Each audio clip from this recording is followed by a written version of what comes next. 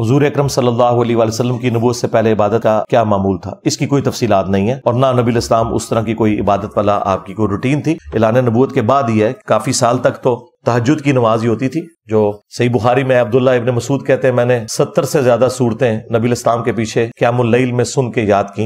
نبی الاسلام کا مکی دور جو ہے وہ صرف قیام اللیل رات کی نماز ہوتی تھی، لیکن وہ مشکل تھی ان 5 نمازوں سے، وہ آدھی رات کا قیام یا 2/3 رات کا قیام ہوتا تھا، صحابہ کرام پیچھے سنتے تھے، نماز کے اندر قرآن پھر وہ یاد کر لیتے تھے۔ 5 نمازوں کا شیڈیول تو ہجرت مدینہ سے جسٹ پہلے آیا ہے، یعنی نبی الاسلام نے اپنی مبارک زندگی میں زیادہ عرصہ صرف رات کی نماز ہی پڑھی ہے 13 سالہ مکی دور میں، اور جو 10 ساڑھے 10 سالہ مدنی دور ہے اس میں 5 نمازوں کا شیڈیول تھا۔ آپ نے جو 5 نمازیں ہیں نا، یہ 10 سال اپنی زندگی میں پڑھی ہیں، آپ کو تو اتنا موقع نہیں ملا نا، زندگی مختصر تھی۔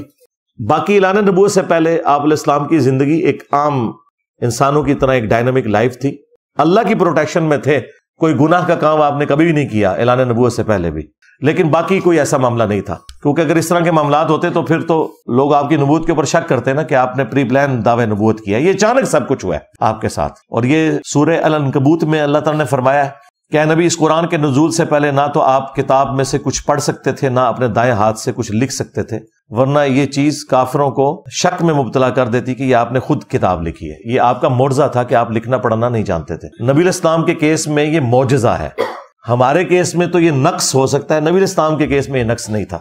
کیا شیخ عبد القادر جیلانی کے معجزات کو نبی پاک صلی اللہ علیہ وآلہ وسلم کے ساتھ تشبیہ دی جا سکتی ہے؟ معجزہ کا لفظ تو ویسے عموماً ہم پیغمبروں کے لیے استعمال کرتے ہیں، اولیاء اللہ کے لیے جو ٹرم یوز ہوتی ہے وہ ہے کرامت۔ ویسے تو نہ لفظ معجزہ کسی حدیث کے اندر رپورٹ ہوا ہے، یہ ٹرم ہے جو استعمال ہوتی ہے، لفظ جو استعمال ہوا ہے نا قرآن و حدیث میں وہ ہے آیتن، نشانی۔ ہم اردو میں اس کے لیے معجزے کا لفظ استعمال کرتے ہیں، حالانکہ معجزہ عربی میں بھی یوز ہوتا ہے، عقل کو عاجز کر دینے والی چیز۔ تو باقی یہ جو شیخ عبد القادر جیلانی کے حوالے سے ہے میرے بھائی، یہ تو زیادہ تر تو جھوٹ ہی ہے، آپ کے سامنے ہے، اگر یقین نہ آئے تو وہ لوٹے کی ٹوٹی والا واقعہ تو آپ نے سنا ہی ہے۔ یہ کون سا معجزہ ہے بھائی، یہ کون سی کرامت ہے؟ نبی علیہ السلام تو انس ابن مالک کو 10 سال تک کبھی ڈانٹے بھی نہ کسی معاملے میں، اور آپ کے پیر جو ہیں وہ نگاہ مار کے مرید جلا رہے ہیں، اور وہ مرید جو دشمن نہیں ہے، جو بیچارے مرید اس لیے ہوئے تھے کہ ہماری آخرت بن جائے گی، اپنی بھی آخرت خراب کی، پیر کی بھی آخرت خراب کر دی۔ ہاں، کیونکہ ناحق قتل کرنے کی وجہ سے پیر بھی فارغ ہو گیا۔ اگر ایسا ہوا ہے تو ہم تو سمجھتے ہیں یہ سب کچھ جھوٹ ہے، اور اگر یہ سچ ہے تو ٹھیک ہے، پھر بزرگوں کو فارغ کریں۔ ہمیں تو نہ بزرگوں سے کوئی انٹرسٹ ہے، نہ ان کو بچانے میں اور نہ ان کو اوپر کرنے میں، یہ آپ لوگ فیصلہ کریں۔ اگر بزرگ بچانے ہیں تو یہ کہیں جھوٹ ہے، اور اگر آپ یہ کہتے ہیں سچ ہے تو پھر بزرگ ہے، سیدھی سی بات ہے۔ 302 لگی۔ صحابہ کرام کے باہمی اختلافات پر ہمیں کیا طرز عمل اختیار کرنا چاہیے؟ ہمیں یہ طرز عمل اختیار کرنا چاہیے کہ نبی علیہ السلام نے جس کے بارے میں فرمایا کہ وہ حق پر ہے اسے حق پر مانے، اور جس کے بارے میں فرمایا کہ وہ حق سے ہٹا ہوا ہے اسے حق سے ہٹا ہوا مانے۔ باقی تمام صحابہ کرام جنہوں نے نبی علیہ السلام کو ایک دفعہ بھی دیکھا، کلمہ پڑھا، ان کے کلمے کا آپ نے احترام کرنا ہے، باقی ان کی غلطیاں اور اللہ کے سپرد۔ ہاں، صرف اتنا آپ کلام کر سکتے ہیں جو نبی علیہ السلام نے خود فرمایا ہوا ہے، اس میں آگے کوئی ایڈ کرنے کی ضرورت نہیں ہے۔ کمیشن بغیر بتائے لینا جائز ہے یا نہیں؟ کمیشن سے مراد آپ رشوت ہی ہے نا، اس کا نام آپ کمیشن رکھ لیں، سود کا نام آپ انٹرسٹ رکھ لیں۔ جہاں بھی کاروبار میں غرر یا دھوکہ آ گیا نا، جہاں بیچنے والے اور خریدنے والے کے درمیان چیزیں کلیئر نہیں ہیں، تو ظاہر ہے وہ چیزیں آپ کو حرام میں مبتلا کریں گی۔ غیر مسلم کو اپنے دین کی طرف دعوت کیسے دی جائے؟ ہر کسی کو اپنا دین سچا لگتا ہے، غیر مسلم ہو یا مسلم ہو، آپ نے دین کی طرف نہیں اللہ کی طرف دعوت دینی ہے، خدا کا تعارف کروانا ہے، کریٹر کا تعارف کروانا ہے۔ یہ ایک کامن ٹرم ہے اور یہ قرآن میں موجود ہے، یا اہل الکتاب تعالوا الی کلمۃ سواء بیننا وبینکم الا نعبد الا اللہ۔ آؤ اہل کتاب، ہم اس بات پہ اکٹھا ہو جائیں جو تم میں اور ہم میں کامن ہے کہ ہم مت پوجیں کسی کو سوائے ایک اللہ کے۔ خدا کی ذات کے تعارف کے اوپر آپ لوگوں کو دعوت دیں۔ جب کوئی خدا کو سیریس لے گا، پھر خدا تک پہنچنے کا ذریعہ، اللہ تک پہنچنے کا ذریعہ دین ہے۔ آپ نے اللہ کی دعوت دینی ہے، کریٹر کی دعوت دینی ہے، اس کائنات کو کسی نے بنایا ہے اور اسی کا حکم چل رہا ہے۔ اس کے لیے آپ سائنٹیفک فیکٹس کے اوپر میری کئی ایک ویڈیوز ہیں، وہ آپ ایتھیسٹ کے سامنے رکھ سکتے ہیں، جیوز کے سامنے رکھ سکتے ہیں، کرسچنز کے سامنے رکھ سکتے ہیں، مسلمانوں کے سامنے رکھ سکتے ہیں۔ Is it compulsory to kiss حجر اسود during pilgrimage؟ سنت ہے، لیکن نبی علیہ السلام نے امت کے لیے آسانی کی، بخاری مسلم میں ہے آپ کو پتا تھا کہ بعد میں جب رش ہوگا تو لوگ نہیں کر سکیں گے، تو آپ نے پھر استلام کیا دور سے، لاٹھی کے اشارے سے بھی یوں کیا، ہاتھ سے یوں کر کے اشارہ اور یوں چومنا، دیٹس آل انف۔ اور اگر لاٹھی سے کریں گے تو خالی اشارہ کر لینا بھی کافی ہے، چومنا کوئی ضروری نہیں ہے۔ اگر آپ کہتے ہیں آسمان کا زمین سے رابطہ منقطع ہو گیا ہے تو الہام کیا ہے؟ اور شیعہ عالم جو اصلی سپورٹ میں احادیث پیش کرتے ہیں، مثال کے طور پر حضرت عمر کا محدث والی حدیث، اور یہ تو کب سے میں اس کا جواب ریکارڈ کرا چکا ہوں میرے بھائی، رپلائی ٹو ڈاکٹر اشرف جلالی آن کشف الہام شرح صدر، یہ ساری کی ساری ٹرمنالوجیز ہیں۔ بخاری مسلم میں واضح حدیث ہے کہ میری وفات کے بعد اب غیب کی خبروں میں صرف مبشرات ہیں، کوئی الہام نہیں، کوئی کشف نہیں، کوئی کچھ نہیں۔ پہلے تھا، حضرت مریم کو ہوا، موسیٰ علیہ السلام کی والدہ کو ہوا، لیکن اب ختم نبوت کے بعد یہ ختم ہو چکا۔ اور وہ بھی آپ نے فرمایا مبشرات، جب پوچھا گیا کہ فرمایا خواب، اور وہ خواب کی بھی بخاری مسلم میں 3 اقسام ہے، اللہ کی طرف سے، شیطان کی طرف سے اور نفس کی طرف سے۔ اب یہ کون ڈیفائن کرے گا کہ یہ شیطانی خواب ہے؟ ہاں، یہ ڈیفائن کرے گا بریلویوں کا مولوی کہ اگر دیوبندی نے دیکھا ہے تو شیطانی ہے، بریلوی نے دیکھا ہے تو رحمانی ہے، یا پھر بریلویوں کا مولوی کرے گا یا پھر اہل حدیث کا مولوی کرے گا اپنے مخالفین کے بارے میں۔ درمیان سے کنگھی کرنا یا سائڈ سے کرنا گناہ تو نہیں، گناہ ثواب والا کوئی معاملہ نہیں۔ سنت یہ ہے کہ نبی علیہ السلام سر کے درمیان میں مانگ نکالتے تھے، اور سیدہ عائشہ کہتی ہیں میں جب کنگھی کرتی تھی اور دائیں اور بائیں آپ کی وہ چٹیا چھوڑ دیتی تھی، اور پھر گوند بھی لگاتی تھی، جو میں نے کہا تھا کہ جل لگانا بھی سنت ہے۔ آپ علیہ السلام کے بال بہت گھنے تھے تو ان کو پھر گوند لگا کے اس زمانے میں اس کو باندھا جاتا تھا تاکہ وہ سر کے ساتھ چپکے رہیں۔ ہیئر بینڈ بھی آپ یوز کر سکتے ہیں، کوئی بھی ایسی چیز، بل مانگ سینٹر میں نکالنا سنت ہے۔ اگر کوئی دائمی نکال لیتا ہے تو شرعی گرفت اس کے اوپر کوئی نہیں ہے۔ خطبہ جمعہ میں بچے بھی ساتھ ہوتے ہیں، شور کرتے ہیں، بھی ایسے بچوں کو آپ مسجد میں کوشش کریں کہ نہ ہی لے کے جائیں جو اس طرح کے شور کرنے والے ہیں، سوائے اس کے کہ ماں ان کی ساتھ ہو چھوٹے بچوں کے، تو وہ تو نبی اسلام کے زمانے میں بھی کرتے تھے۔ بخاری میں حدیث ہے کہ میں بعض اوقات کسی بچے کے رونے کی آواز سنتا ہوں تو میں نماز مختصر کر دیتا ہوں کہ اس کی ماں کو تکلیف ہو رہی ہوگی۔ بچوں کو مسجد میں ضرور لے کے جائیں، باقی پلیتی کا دھیان اور باقی ساری چیزیں رکھتے ہوئے، لیکن ساتھ پھر ان کی ماں ہو اور اس طریقے سے سارے معاملات چلیں۔ قرآن میں عورت کو جو مارنے کا حکم ہے، اس کو کس طرح غیر مسلم یا ماڈرن مسلمانوں کو سمجھایا جائے؟ کوئی ضرورت نہیں، نہ کسی غیر مسلم کو سمجھانے کی، نہ ماڈرن مسلمان کو سمجھانے کی۔ اس کی وجہ یہ ہے کہ اس طرح کے لوگوں سے ہمارا مسئلہ شریعت کے احکامات نہیں ہے، خدا کی ذات ہے۔ اگر کوئی خدا کی ذات کو مانتا ہے پھر خدا کی ول کو وہ مانے گا، ول آپ کی نہیں چلے گی۔ ورنہ اگر آپ مجھ سے پوچھیں، میں تو پھر اس قسم کا ماڈل کوئی آئیڈیل سمجھوں گا اپنے زوم میں کہ پریگنینسی کی تکلیف ایک بچے کے لیے باپ کاٹے اور ایک کے لیے ماں کاٹے، تو ان ٹائم قیامت تک جائے ایک کر کے دسو۔ ہم اپنے معاملات میں خدا کی ول سے باہر نہیں نکل سکتے، اور یہ قرآن میں لکھا ہے لا یسأل عما یفعل وہم یسألون۔ اللہ کو کوئی نہیں پوچھ سکتا اس نے فلاں حکم کیوں دیا، وہ سب کو پوچھ سکتے ہیں۔ تو آپ خدا کے وجود کے ہونے یا نہ ہونے کے اوپر تو بحث کر سکتے ہیں، ونس آپ نے اس کو خدا مان لیا پھر اس کا حکم اسی طریقے سے ہوگا۔ باقی یہ جو مارنے والا ہے یہ نہیں ہے کہ ہڈی پسلی توڑ دینی ہے، یہ تنبیہ کے طور پر جس طرح چھوٹے بچے کو مارا جاتا ہے، اور یہ بھی ایز اے لاسٹ ریزارٹ ہے۔ نبی علیہ السلام نے اپنی بیویوں سے ناراضگی کی ہے، 1 مہینہ آپ ناراض رہے، بخاری مسلم میں آتا ہے، ایلا کر لیا تھا۔ پھر قرآن میں سورہ الاحزاب میں آیا کہ آپ ان کو آفر دیں کہ بھی طلاق دے کے ان کو فارغ کریں، یا پھر اسی طریقے سے غربت میں آپ کے ساتھ گزارا کریں۔ وہ تو شکر ہے پھر امہات المومنین نے اس معاملے کو فورسی کیا اور نبی علیہ السلام کے ساتھ اسی حالت میں زندگی گزاری، ورنہ نبی علیہ السلام تو 1 مہینہ تک ناراض رہے، اور گھر کے اوپر والے پورشن میں تھے وہ، جو حضرت عمر وہاں گئے اور آپ کے جسم پہ چٹائی کے نشان تھے، بڑی رکت انگیز حدیث ہے۔ تو لیکن نبی علیہ السلام نے مارا نہیں کسی بیوی کو۔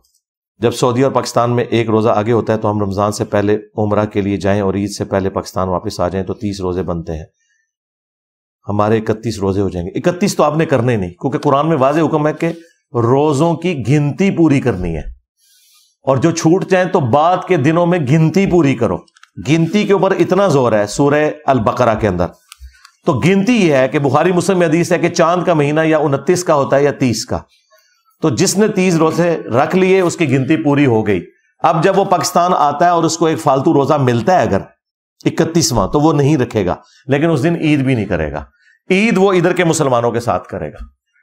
البتہ لوگوں کے سامنے کھائے پیے نا، ویسے وہ کھا پی سکتا ہے کیونکہ وہ گنتی پوری کر چکا ہے۔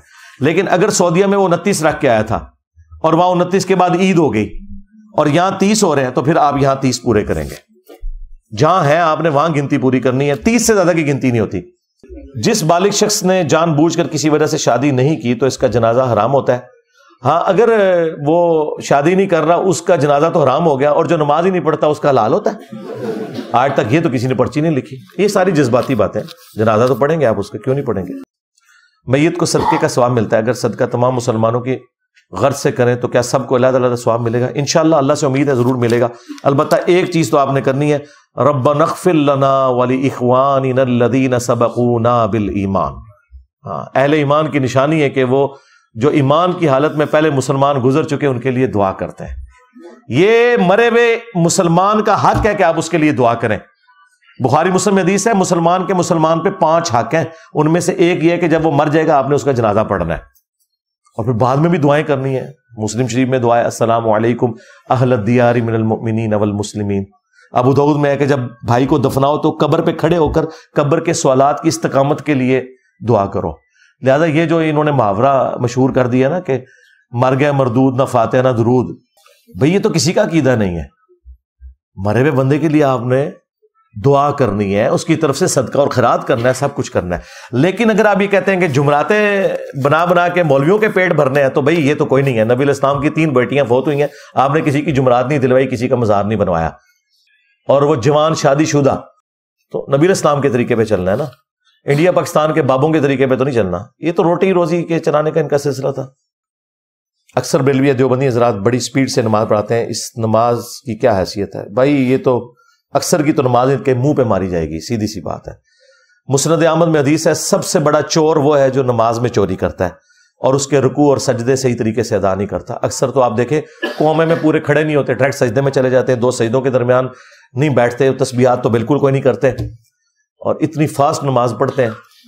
بہرحال اب یہ ہے کہ ظاہر ہے کہ صحیح بخاری میں 694 نمبر حدیث ہے, عنقریب ایسے امام آئیں گے جو غلط نمازیں پڑھائیں گے, تم ان کے پیچھے نماز پڑھ لینا, ان کی غلطی کا وبال انہی پر ہوگا. مسلمانوں کی جمعیت سے الگ نہیں ہونا, یہ آپ لوگوں نے میری نصیحت یاد رکھنی ہے. یہ سب سے بڑا شیطان کا وار ہے کہ جسے حق ملتا ہے نا وہ یہ سمجھتا ہے کہ اب میں مسلمانوں سے الگ ہو کے گھر میں نماز پڑھوں گا. نہیں, آپ نے مسجد میں ہی نماز پڑھنی ہے. میں نے اپنی لائف سٹوری میں بتایا نا, انٹرویو آف انجینئر محمد علی مرزا, کہ جس دیوبند کے مفتی نے مجھے بازو سے پکڑ کے مسجد سے باہر نکالا تھا نا, آمین اونچی کہنے کے اوپر نہیں, رفع الیدین کرنے کے اوپر, آج اس کی مسجد میں اونچی آمین ہوتی ہے. ایک بندہ نہیں, 2 نہیں, درجنوں لوگ. بس وہ بیٹھا ہوا, آپ کچھ بھی نہیں کر سکتا کیونکہ تبدیلی آ چکی ہے. صبر سے, استقامت سے آپ نے نماز پڑھتے رہنا ہے. جس مسجد میں اسی میں پڑھیں. ہاں, یہ آپ کا رائٹ ہے کہ اگر آپ بالکل ہی نماز آپ کی خراب ہو رہی ہے تو کسی اہل حدیث کی مسجد میں جائیں, بڑی صاف نماز پڑھتے ہیں, اچھی نماز پڑھتے ہیں, نماز برل ہو جائے گی. ہم آپ کو سنتے ہیں اور ہمارے والدین ہمیں آپ کو سننے سے منع کرتے ہیں, تو کیا یہ نافرمانی ہے؟ بھئی آپ کے ماں باپ تو خود اللہ رسول کے نافرمان ہیں. تو جن کا اپنا سٹیٹس یہ ہے کہ جن کو نہ اللہ کا پتہ نہ رسول کا پتہ, سب سے بڑی غداری انہوں نے آپ کے ساتھ یہ کی, انجانے یا جان بوجھ کے, کہ آپ کو انہوں نے اللہ کا تعارف ہی نہیں کروایا. خود تو چلے نہیں تھا, آپ کو تو کرواتے ہیں. آپ کو نہیں بتایا قرآن میں کیا لکھا ہوا ہے. ہم کب کہتے ہیں کہ آپ ہمیں سنیں؟ ہم کہتے ہیں کہ ہم جو ریفرنس دے رہے ہیں وہ آپ دیکھیں, اور اس کے بعد اگر آپ کو کوئی مسئلہ ہے تو آپ قرآن و سنت خود پڑھیں. انشاءاللہ آپ کے ماں باپ پھر بھی آپ کے دشمن ہو جائیں گے, کیونکہ وہ شیطان کے ایجنٹ بنے ہوئے. ہاں, شیطان کے ایجنٹ بنے ہوئے. ان کے لیے دعا کریں کہ اللہ تعالیٰ شیطان کے چنگل سے انہیں نکالے. ہاں, اب آپ کو صحابہ کرام کی قدر آئے گی کہ انہوں نے تو پورا اپنا ریلیجن ہی چینج کیا تھا. کس تکلیف سے وہ گزرے ہوں گے. آپ تو صرف ان کے ساتھ رہتے ہوئے اسی اسلام کے اندر صرف چند باتوں پہ اختلاف کرتے ہیں اور ان کی تیکھی باتیں نہیں سن سک رہے. صحابہ کرام کو تو یہ تکلیف اٹھانی پڑی کہ غزوہ بدر میں ادھر باپ کھڑا ادھر بیٹا کھڑا. وہ آپ نے عمر سیریز میں دیکھا, یقین کریں وہ سین دیکھا نہیں جاتا. کیا باپ کے مرنے کے اوپر اللہ اکبر کا نعرہ وہ بلند کرے یا روئے, کیا کرے, جبکہ یہ بھی پتا ہے کہ اب یہ ہمیشہ کی جہنم میں چلا گیا. خالی مرنے پہ بھی صبر آ جاتا. ہاں, اس لیے وہ آپ نے وہ سین دیکھا ہے جب ابو سفیان رضی اللہ تعالیٰ عنہ کلمہ پڑھ لیتے ہیں اینڈ پہ, اور ہند کے پاس آتے ہیں اپنی بیوی کے پاس, اور اسے کہتے ہیں کہ واللہ وہ اللہ کے رسول ہیں, کیونکہ اللہ نے ان کو غلبہ دے دیا ہے. تو وہ پھر چیختی ہے, کیونکہ پوری زندگی اس نے یہ قسمیں کھائی ہوتی ہیں کہ میں نے اپنے باپ کے قتل کا بدلہ اور بھائیوں کے قتل کا بدلہ لینا ہے محمد سے, نعوذ باللہ صلی اللہ علیہ وسلم. تو وہ پھر روتی ہے کہ, اور پھر وہ کہتی ہے کہ میں اب مجھے نہیں سمجھ آ رہی کہ میں اس بات پہ روؤں کہ میں نے اپنے باپ اور بھائیوں کا بدلہ نہیں لے سکی، یا اس بات پہ روں کہ وہ مرنے کے بعد جہنم کی آگ میں ہے. تو یہ چیز ہے. دعا کریں جی